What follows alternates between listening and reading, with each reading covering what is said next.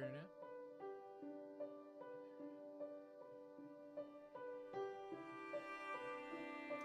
Chat's open.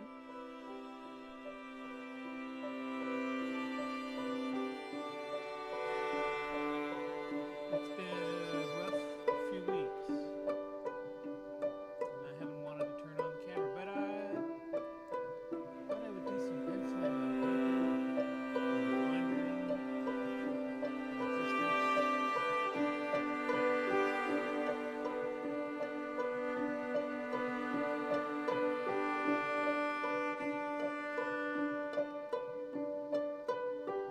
Not that one. There we go.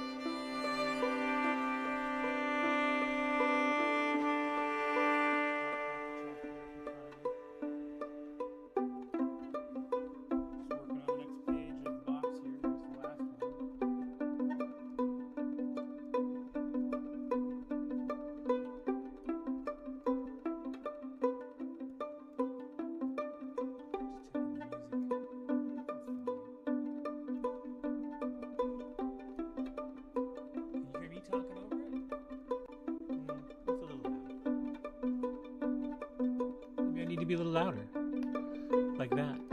And we'll bring you down to the same. Do a little mixing. This is Sarah Sugarman on the boom box. It's my cousin. I was going to see her tonight. That was disappointing I didn't. I would have liked to have seen her and my Sarah Julie and my niece. It's not a niece when it's not siblings. Their kid, Julie's kid, is having her bat mitzvah tonight. But my wife's work plans changed and she can't come with me. I was not feeling like being my cousins are cool, I think, but I was not feeling like being a secular Zionist Jew in a room full of Orthodox at this particular occasion. I hope they have a good time, but I also feel uncomfortable having a good time at this particular time. At least that kind of good time.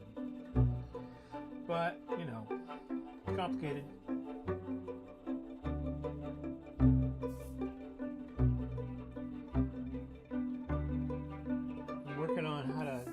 Talk about this stuff in a story at some point. I've kind of touched on it. My first Bastard's Tale comic. My first one? That's my first one. I mention in passing.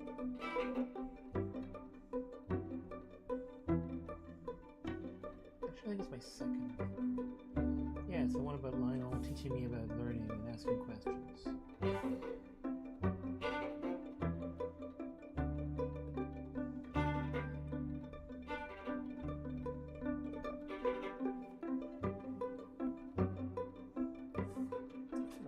a little brighter.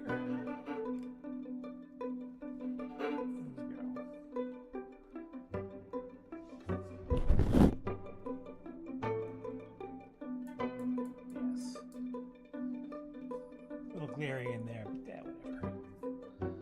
This ain't no Hollywood production.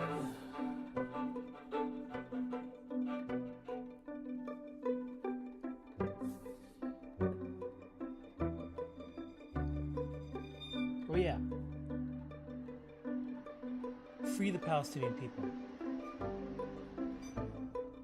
You don't bomb the human shields, man.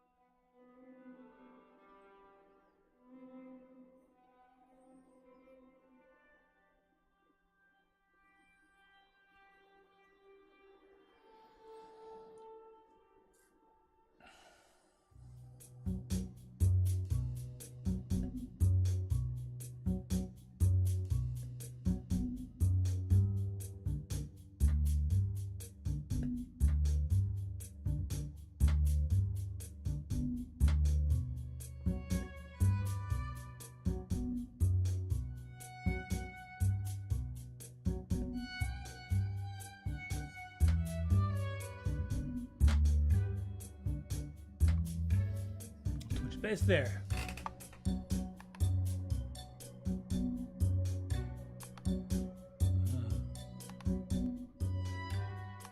Yeah, there we go. Overboost. What two are watching? Who are the two watching? Who are you?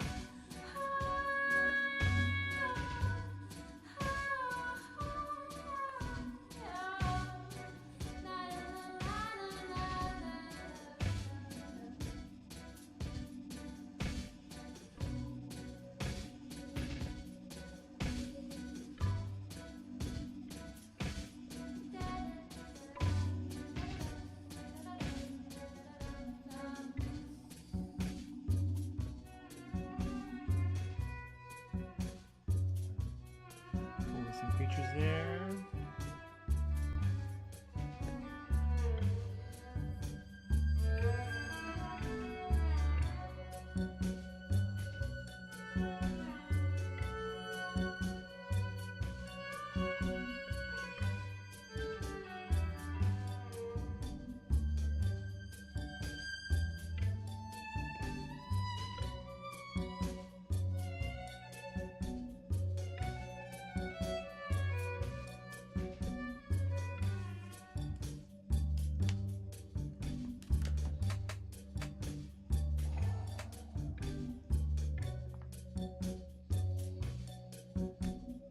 So what I'm doing now, in case anyone's wondering, this is like the development phase. This is some thumbnailing I did in a note program on my tablet.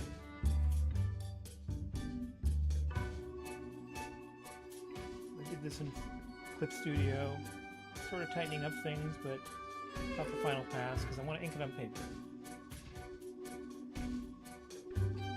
I might add some stuff in here in red, which I'll be able to select out when I scan in Photoshop and drop into the Clip Studio drawing. Same with whatever I do in these other ones.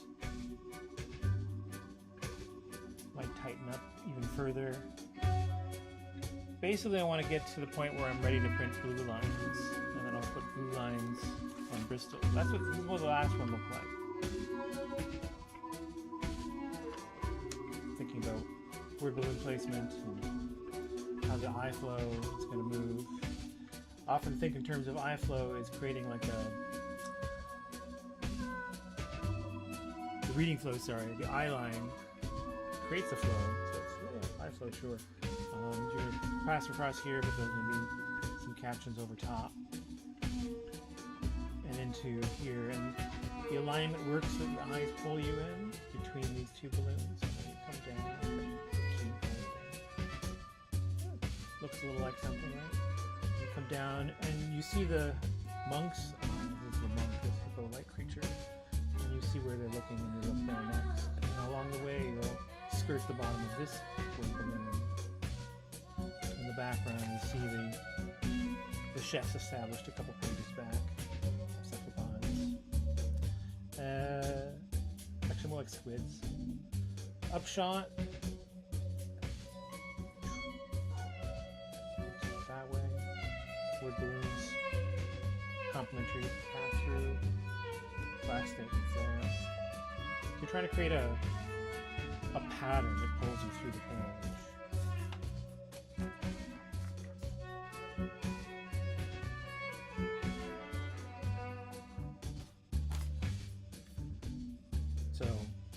All to say, when you stop periodically and stare at it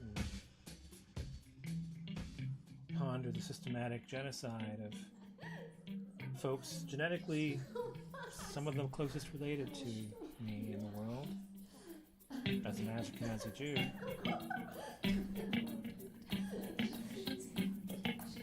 And I'm not talking about science.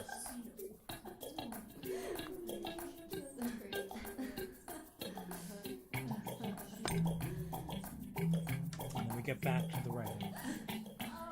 What's happening there? Saying drinks are on me.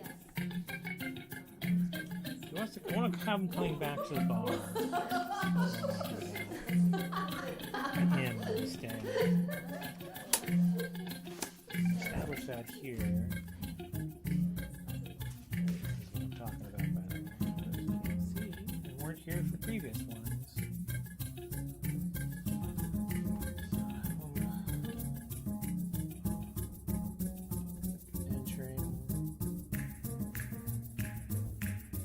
Further over, so I can have the table.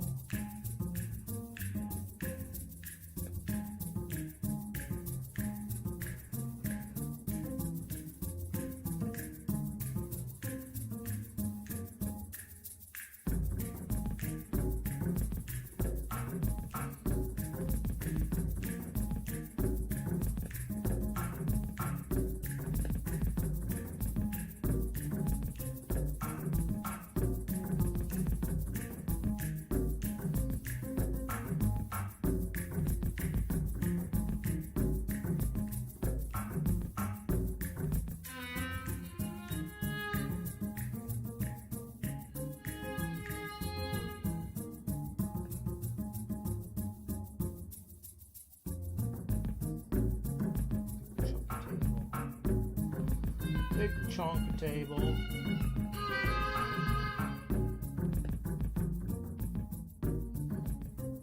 Keep my monk character at this table. Different chair. He's sitting. Soldier was the last scene.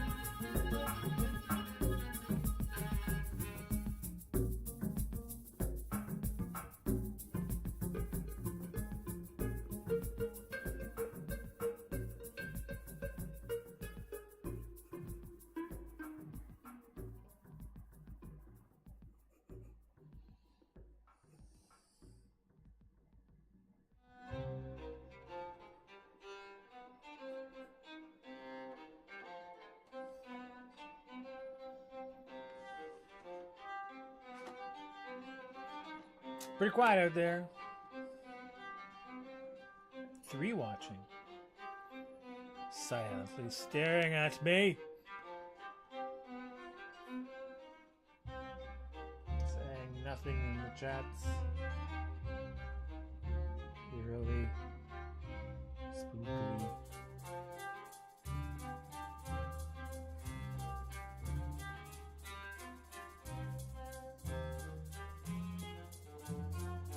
I draw so many creatures on this page. I'm trying to only repeat them when they're keystone characters like these guys. I'm gonna bring him back. Yeah. Let's do that. And you back here. Mr. All Tentacles character with just a head.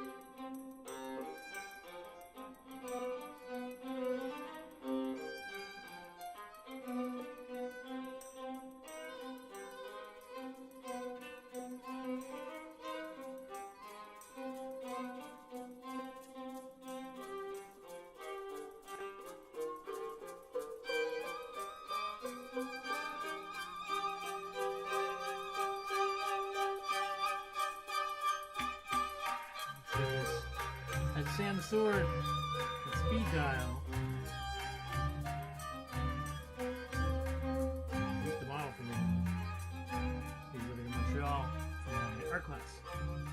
But I'm handy right now to consult on chemo for his character's really sort of fantasy, so it's not too important to be hyperactive. It wouldn't hurt to get some informed input from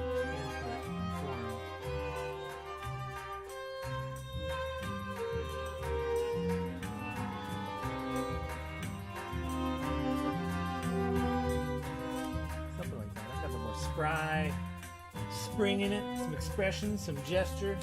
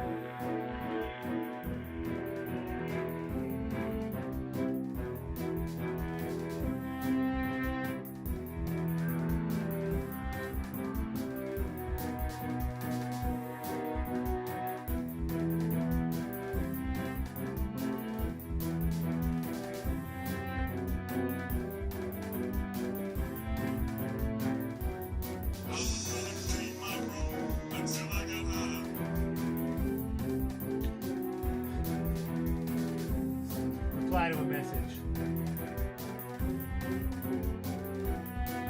That one? Oh.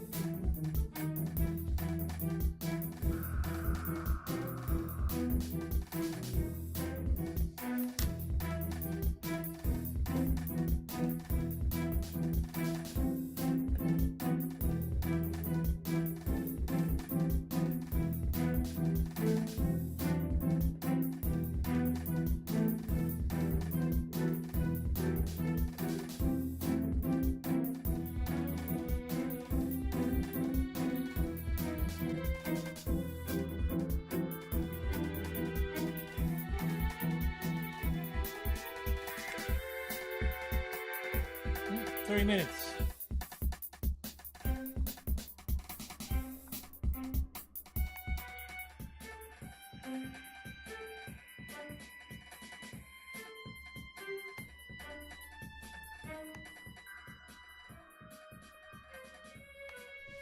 Okay, I turned the music down a little bit because I'm going to wrap up. I usually keep these to around 30 minutes, little live streams. Go up as a video.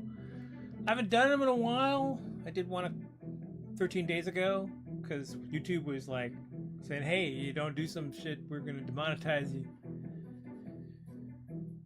I don't know. I'm not super in love with the social media hustling these days, so I'll probably be doing more than minimum. But it's kind of fun to turn it on once in a while if I have it all set up and I don't have to think about it too much like this right now. And I really needed a break from doom scrolling, the siege of Gaza.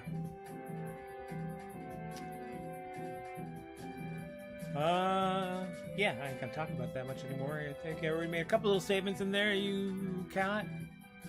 Just a little short, abbreviated synopsis of the background here. I am a secular Jew and been anti-Zionist since I was a preteen.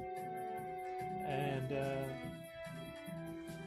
that's complicated things in life a little bit because my immediate family's pretty progressive, but it's a big Jewish family on both sides.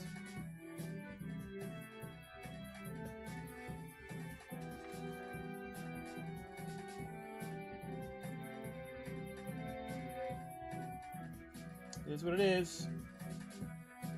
Right now, the people have a much bigger problem.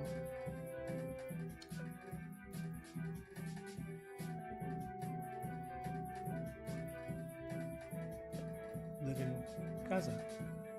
Raza? People are saying Raza a lot these days.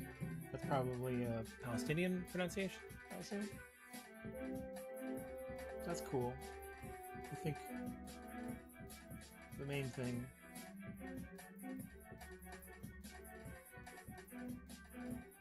to get across there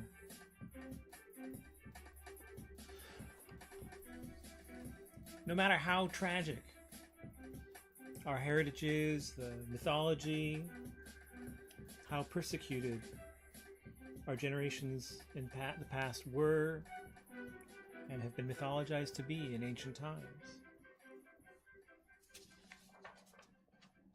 No matter how rough we had it, no one is entitled to their own personal ethno-state. And certainly not one where many others live, a crossroads, a rich diaspora of multitudes of ethnicities, both local, at least 3, more really, but major ones, and then the Bedouin too, and we're all Canaanites in the end. We're all Canaanites. That's been kind of shown in the genes. I, as an Ashkenazi, have more in common with a Palestinian genetically, really, than even the Europeans that I pass for aesthetically.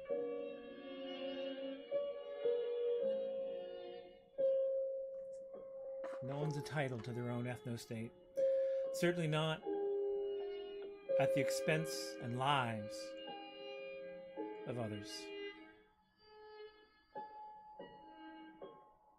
October the 7th was an atrocity committed by a group funded by the far right of Israel, Bibi himself, Likud, in Israeli Secret Service and internal state policies. It was beneficial to their interests to fund and support a radical group, Radical from Go, a satellite spin-off of the Muslim Brotherhood, to undermine the influence and power and stability of the PLO, Fatah, and the other organizations that had decided, like Sinn Féin before them in Ireland, that it would be more advantageous to sue for peace and resolve issues politically somehow, even if it meant sacrificing some of their land. That's what the Oslo Accords were about. They got bullied into a lot of that, but they signed them with a hope for more and a promise. Literally a promise. And they trusted the man on the other side of the table. A few years later, he was voted out. Bibi Yahoo, sorry, is what I tried to say there. My pet name for him. Was voted in, and the rhetoric that he and others spewed got the previous peace-seeking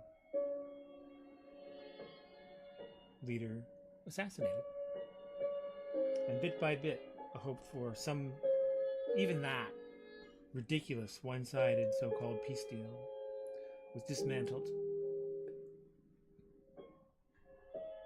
And 15 years of siege has ended in a wildly, unexpectedly successful, brutal attack from Hamas, some of which the stories have been peppered with exaggerations and bullshit about babies and all sorts of other things that were actually specifically things done back during the Nakba by Jews, by my kin, my brethren. Stories recycled, whether they're true or not, and now pinned on angry, traumatized, hopeless Palestinians who, having no other recourse in their society, turned to Hamas for revenge, because they all have stories of lost families and loved ones. And that's what happens. And their goal was probably always to shock and provoke Israel into a retaliation, because they know that pattern. They know even for the slightest little useless bombing, they will be pounded into the dirt.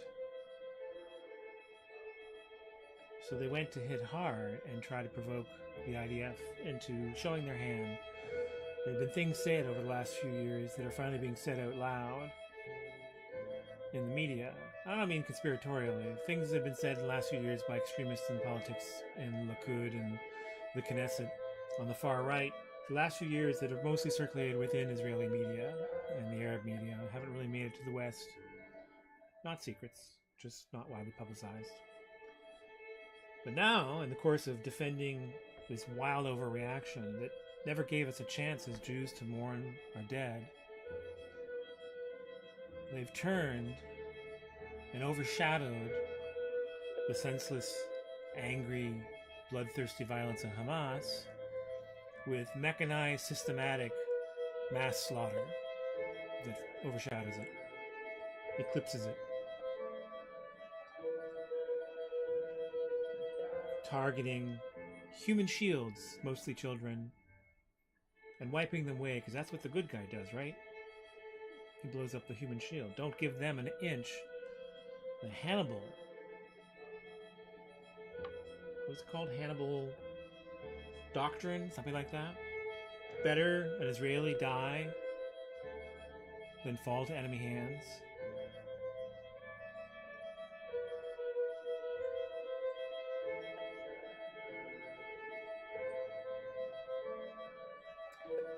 I guess that's enough ranting just for now. Tikkun Olam. And when you say it, mean it.